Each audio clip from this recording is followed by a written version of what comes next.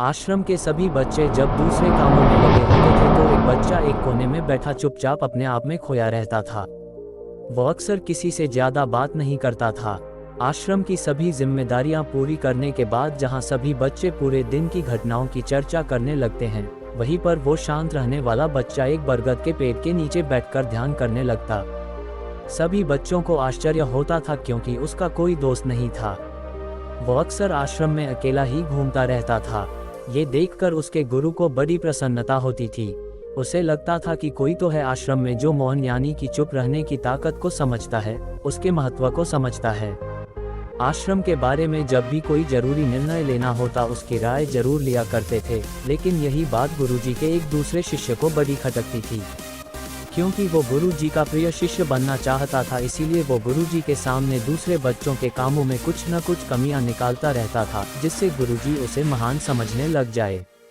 अक्सर वो अपनी जिम्मेदारियां पूरी तरह से निभाने का दिखावा भी करता, चाहे उससे कोई सलाह ना भी मांगे, लेकिन फिर भी वो उन्हें अपनी सलाह देता रहता था।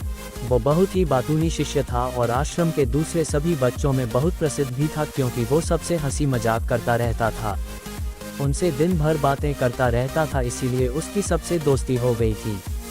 लेकिन जब आश्रम के गुरु उसकी राय ना लेकर दूसरे बच्चे की राय लेते थे तो ये बात उसे बड़ी खटकती थी। उसे ये लगता था कि वो उस दूसरे बच्चे से ज़्यादा बुद्धिमान है, लेकिन गुरुजी फिर भी उसकी तरफदारी करते हैं। ऐसा नहीं था कि गुरुजी को बातूनी शिष्य के स्वभाव के बारे में पता नहीं था, लेकिन गुरुजी उसे अपने तरीके से सीख देना चाहते थे ताकि उसकी ज़्यादा बोलने की आदत, दिखावा करने की आदत, दूसरों में कमियां निकालने की आदत हमेशा हमेशा के लिए खत्म हो जाए और वो मौन रहकर ध्यान की गहराइयों को छुपाएं। असल में हर सच्चे गुरु की यही इच्छा होती है। वो किसी तरीके से उस बातूनी शिष्य को एहसास कराना चाहते थे कि चुप रहने से ही उसे असीम सत्य को जाना जा सकता है।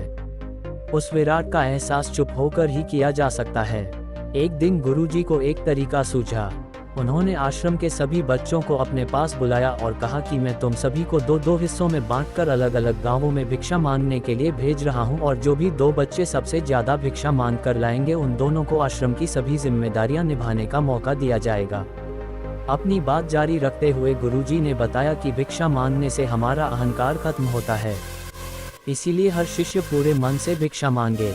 कोई भी इस काम को औपचारिकता में ना ले, वरना तो वो अपने जीवन का बहुत बड़ा ज्ञान खो देंगे। आश्रम के गुरुजी ने जानबूझकर बातूनी शिष्य और चुप रहने वाले शिष्य की जोड़ी बना दी।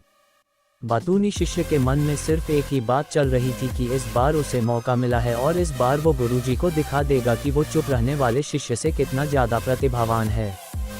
दोनों शिष्यों ने आपस में अपनी सहमति से निर्णय लिया कि दोनों गांव के अलग अलग जगह से भिक्षा मांगना शुरू करेंगे, ताकि भिक्षा मांगने का काम जल्दी खत्म किया जा सके। चुप रहने वाला शिष्य हर द्वार पर जाकर अपने हाथ जोड़कर अपना भिक्षा का पात्र उनके सामने कर देता। उसके चेहरे पर एक सादगी और उसकी आंखों में एक एकांत होता था, जिससे भिक्षा देने वाले उसे भिक्षा देकर अपने आप को अनुग्रहित समझते थे। वहीं पर दूसरा बातूनी शिष्य हर द्वार पर जाकर उनको कुछ ना कुछ ज्ञान देने लगता था, जिससे ज्यादातर लोग उसे बिना भिक्षा दिए ही लौटा देते थे। पूरे गांव में भिक्षा मांगकर जब दोनों गांव के बीच में मिले तो बातूनी शिष्य ने देखा कि चुप रहने वाले शिष्य के पास उससे दोगुनी भिक्षा थी। ये देखकर उसे मन ही मन बहुत ठेस पहुंचा। लेकिन जब वो दोनों भिक्षा का सामान लेकर आश्रम की तरफ जा रहे थे तब बातूनी शिष्य को एक चालाकी सूझी। उसने चुप रहने वाले शिष्य से कहा कि हमें अपनी भिक्षा एक ही थैले में डाल लेने चाहिए। गुरुजी ने हम दोनों को एक साथ भिक्षा लाने के लिए कहा था। चुप रहने वाले शिष्य ने बिना कुछ बोले अपनी सारी भिक्षा उसके थैले में डाल दी। बातूनी शिष्य मन ही मन बहुत खुश हो रहा था कि अब गुरुजी को ये पता नहीं चलेगा कि ज्यादा भिक्षा हम में से किसने मांगी। उसे लग रहा था कि गुरुजी मुझे इससे कम प्रतिभावान समझेंगे, इसीलिए उसने ये तरकीब लगाए। सभी शिष्यों के आने के बाद संध्या के समय जब सभी की भिक्षा तो ली गई तो इन दोनों शिष्यों की भिक्षा सबसे ज्यादा निकली। गुरुजी ने इन दोनों का अभिवादन करते हुए आश्रम के सभी बच्चों के सामने उनकी पीठ थपथपाते हुए उन्हें मुबारकबाद दी और कहा कि मैं आश्रम का कार्यभार तुम दोनों को नहीं सौंप सकता। इससे आपसी मतभेद होने का खतरा रहता है, इसीलिए तुम दोनों में से जो ज्यादा भिक्षा लेकर आया है, आश्रम की जिम्मेदारी उसे ही सौंपी जाएगी।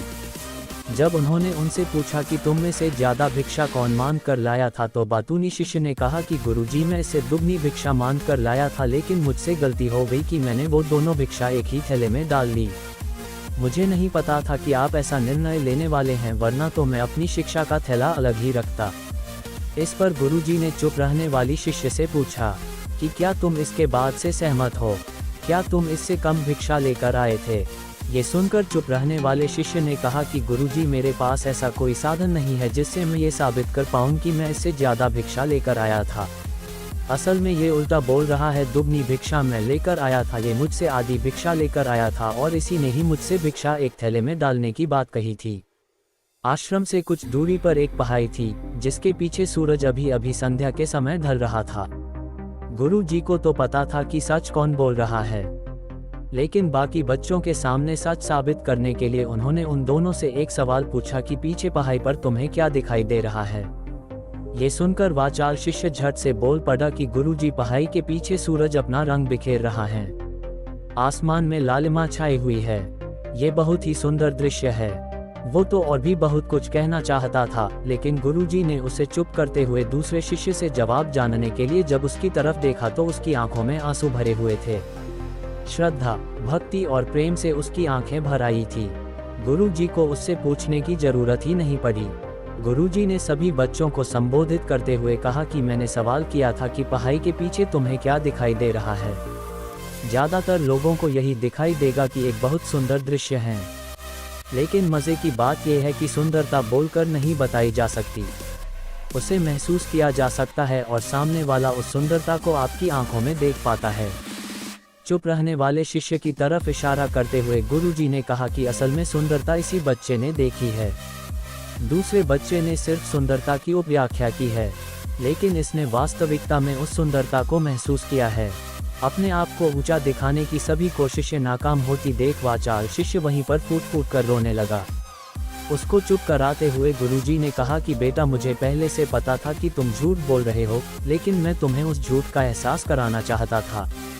सभी बच्चों को संबोधित करते हुए गुरुजी ने बताया कि शब्द जाल की तरह होते हैं। हमारे ज़्यादा बोलने की वजह से बहुत सारी समस्याएं पैदा होती है। जब कोई आदमी एक बात को बढ़ा चढ़ा कर बोल देता है तो उसे सिद्ध करने के लिए वो शब्दों के जाल में फंसता चला जाता है और इसी वजह से अंतर्मुखी होने की बजाय वो बहिर्मुखी होता चला जाता है। वहीं पर जिस भी व्यक्ति को अपनी अंतर यात्रा करनी होती है, उसे सबसे पहले चुप रहना सीखना होता है। जरूरत से ज़्यादा बोलना या फिर हर वक्त बोलते ही रहना, ये सब हमारी अंतर यात्रा में बाधा बन जाती है। जब आप चुप रहने का अभ्यास करते हैं तो आप अपने साथ वक्त बिताने लगते हैं, जिससे कि आप अपने एकांत को जान पाते हैं और एक बार अगर मन में एकांत स्थापित हो जाए तो आपकी आंखों में, आपके चेहरे पर वो सादगी, वो एकांत, वो स्पष्टता की झलक सब कुछ सामने नजर आने लगता है। कुछ साबित करने को नहीं रह जाता, कुछ बताने को नहीं रह जाता, सब कुछ आंखों में देखा जा सकता है। चुप रहने वाले शिष्य की तरफ इशारा करते हुए गुरुजी ने कहा कि अभी जो दृश्य है इस बच्चे ने देखा, वो ज्यादा बोलने वाला आदमी कभी नहीं देख पाएगा। वो अपनी बुद्धि से तर्क वितर्क करता रहेगा कि उसे क्या क्या दिखाई दे रहा है, लेकिन उसमें से वो महसूस कुछ भी नहीं कर पाएगा। उसे दिखाई दे जाएंगे पहाड़, सूरज या फिर उसकी लालिमा, लेकिन उस सुंदरता को, उस विराट को, उस अद्वैत को वो कभी नहीं देख पाएगा। अगर चुप रहने की कला सीखनी है तो तुम्हें सबसे पहले एक बात ध्यान रखनी होगी कि तुम्हें किसी को भी प्रभावित करने की कोशिश नहीं करनी है। ज़्यादातर लोग इसी वजह से ज़्यादा बोलते हैं क्योंकि वो दूसरों को प्रभावित करना चाहते हैं, अपने आप को साबित करना चाहते हैं और उस साबित करने के चक्कर में वो शब्दों के जाल में फंसते चले जाते हैं और धीरे धीरे वही उनकी आदत बन जाती है। अगर कोई व्यक्ति दूसरों को प्रभावित करना चाहता है तो वो कितने लोगों को प्रभावित कर पाएगा? उसकी ये भूख बती जाएगी और वही संसार में सभी को कभी भी प्रभावित नहीं कर पाएगा। इसलिए यह समझने की बात होती है कि बहिर्मुखी होने की बजाय हम अंतर्मुखी होकर अपने आप को समझ सकते हैं। अपनी बातों को खत्म करते हुए गुरुजी ने अपना आखिरी संदेश दिया। उन्होंने बताया कि अगर कोई व्यक्ति ज़्यादा समय तक चुप नहीं रह सकता तो उसे थोड़े समय से अभ्यास करना चाहिए। निश्चित संकल्प लेकर किसी व्रत की भांति दिन में कुछ समय या फिर हफ्ते में कुछ समय या फिर एक दिन चुप रहने का अभ्यास जरूर किया जाना चाहिए। इससे हमारी चुप रहने की आदत धीरे धीरे खुद ब खुद पनपने लगती है, क्योंकि एक बार जब हम चुप रहने लगते हैं तो हमें चुप रहने का आनंद पता चल जाता है। उसके बाद हमें प्रयास नहीं करना पड़ता, बल्कि हमारा मन आनंद की तरफ अपने आप बढ़ता चला जाता है। चुप रहने की कला सीखने के बाद आपकी बुद्धिमानी और आपकी स्पष्टता दोनों में बहुत ज़्यादा फायदा होगा। वास्तविकता में जिसे दर्शन कहते हैं वो मौन रहकर ही किया जा सकता है। इसके बाद सभी बच्चों से कुछ समय चुप रहने का संकल्प लेकर गुरुजी ने अपनी बात खत्म कर दी और सभी बच्चे रात्रि का भोजन करने के लिए एक साथ भोजन कक्ष में पहुंच गए। तो दोस्तों, कैसी लगी ये कहानी आपको कमेंट सेक्शन में ज़रूर बताना। तो मिलते हैं किसी अगली कहानी में, तब तक के लिए अपना ख्याल रखें।